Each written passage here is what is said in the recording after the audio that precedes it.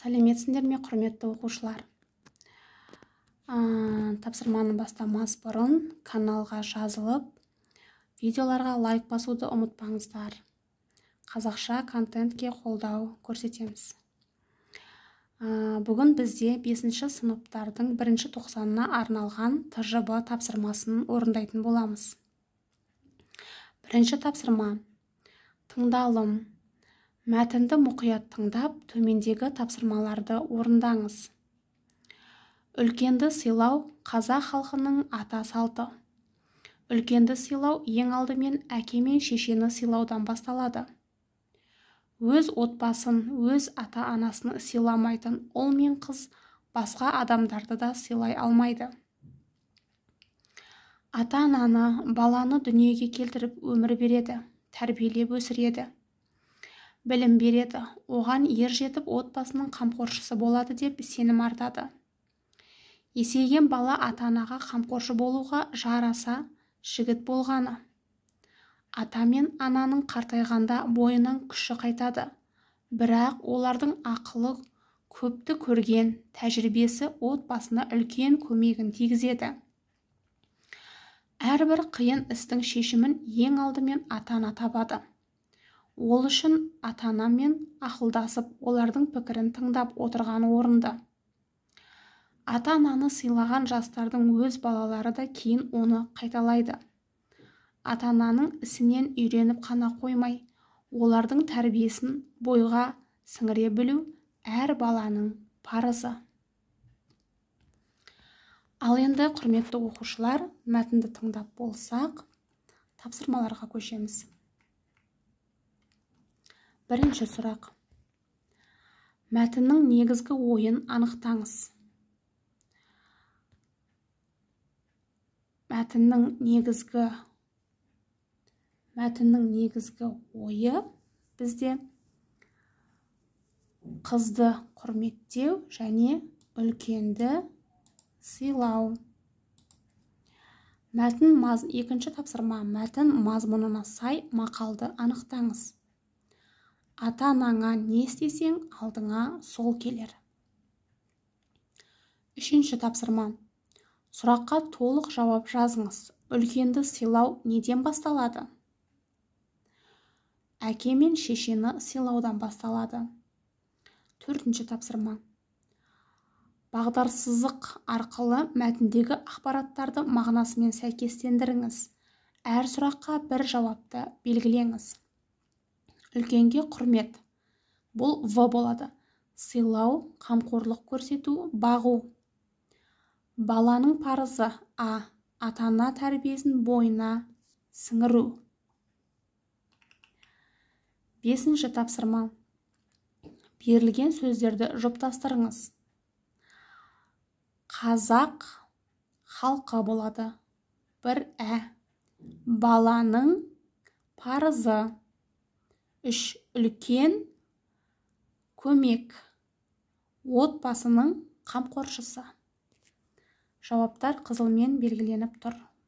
1 Ә, 2 В, 3 Б, 4 А. Енді бізде оқылым тапсырмасы.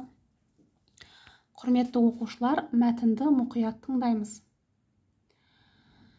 Мәтінді мұқият оқып, тапсырмаларды орындаңыз. Бір құмырсқа өз илеуінен бөлініп, ара қоңызбен дос болыпты. Жем іздей шыққан құмырсқа жол үстінен бір дән тауып алыпты. Жалғыз өзі әрі-бері әуреленіп қозғалта алмапты. Енді көмек сұрау үшін достарын іздейді. Гүл жинап жүрген араға жолығып, досым, маған көмектесіп жібер деп өтініпті. Көрмей тұрсың ба, мен де жұмыс істеп жатырмын ғой депті ара. Енді құмырсқа қоңыздан көмек сұрапты. Сен үшін өз еңбегімді еш қыла алмаймын деп кете барады қоңыз. Екі досынан күдер үзген құмырсқа мұңайып келе жатып өзінің ұялас достарымен ұшырасыпты. Олар мұның түрін көріп, не істеп жүрсің депті. Құмырсқа өз басынан кешкенін айтады. Достары көмектеседі де, дәнді бірігіп көтеріп алып кетеді. солай құмырсқа қайта үйіріне қосылады. Жан достың қадірі ескі достай бола алмас деген сөз содан қалған екен. Міне, мына ескі достарыңда қашанда сенің қуанышыңа ортақ. Мәтінді мұқият тыңдасаңыздар, тапсырмаларға көшеміз. Бірінші тапсырма. Мәтіннің мазмұнына сай тақырып қойыңыз. Құмырсқа мен достары. Сіздер басқаша атау қойсаңыздар да болады. Екінші тапсырма. Берілген сөздің синонимін мәтіннен тауып жазыңыз. Жолдас деген сөздің синонимі дос болады. Үшінші тапсырма. Берілген сұрақтарға мәтін мазмұны бойынша жауап жазыңыз. Құмырсқаға кім көмектесті?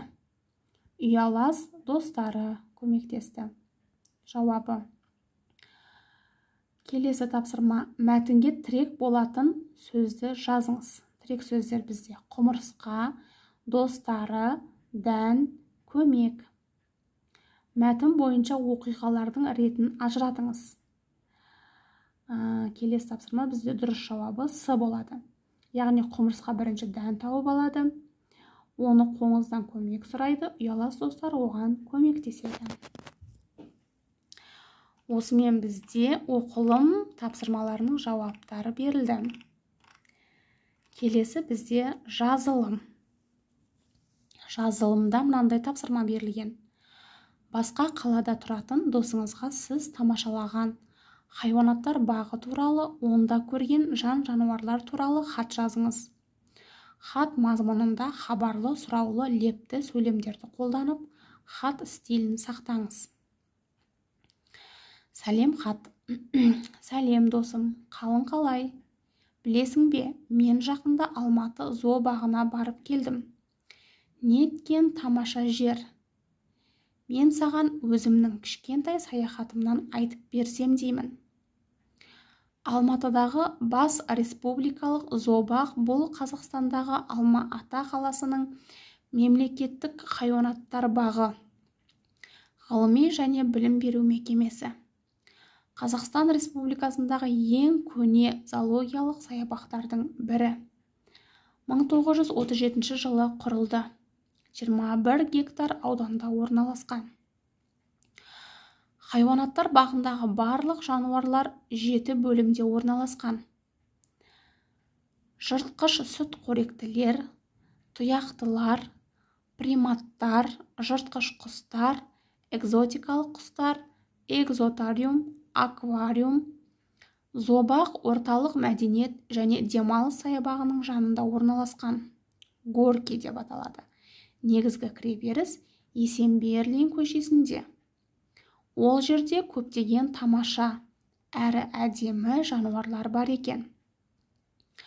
Маған әсіресе құстар тарпы ұнады. Жарайды, сау бол, келесі кездескенше. Құрметті оқушылар, сіздерге жазылым тапсырмасының жауабы берілді. Хатта хаттың стилі сақталып, лепті және сұраулы сөйлемдер берілген. Және де хабарлы, сұраулы сөйлемдерде хаттың мазмұнында кездеседі. Құрметті оқушылар, каналға міндетті түрде жазылып, лайк басып кетіңіздер. Сіздерге тағы да қандай ақпараттар қызықтырады? ТЖБ, БЖБ тапсырмалары қандай тапсырмаларды салып отырайын? Комментарийға кері байланыс жазып отырыңыздар.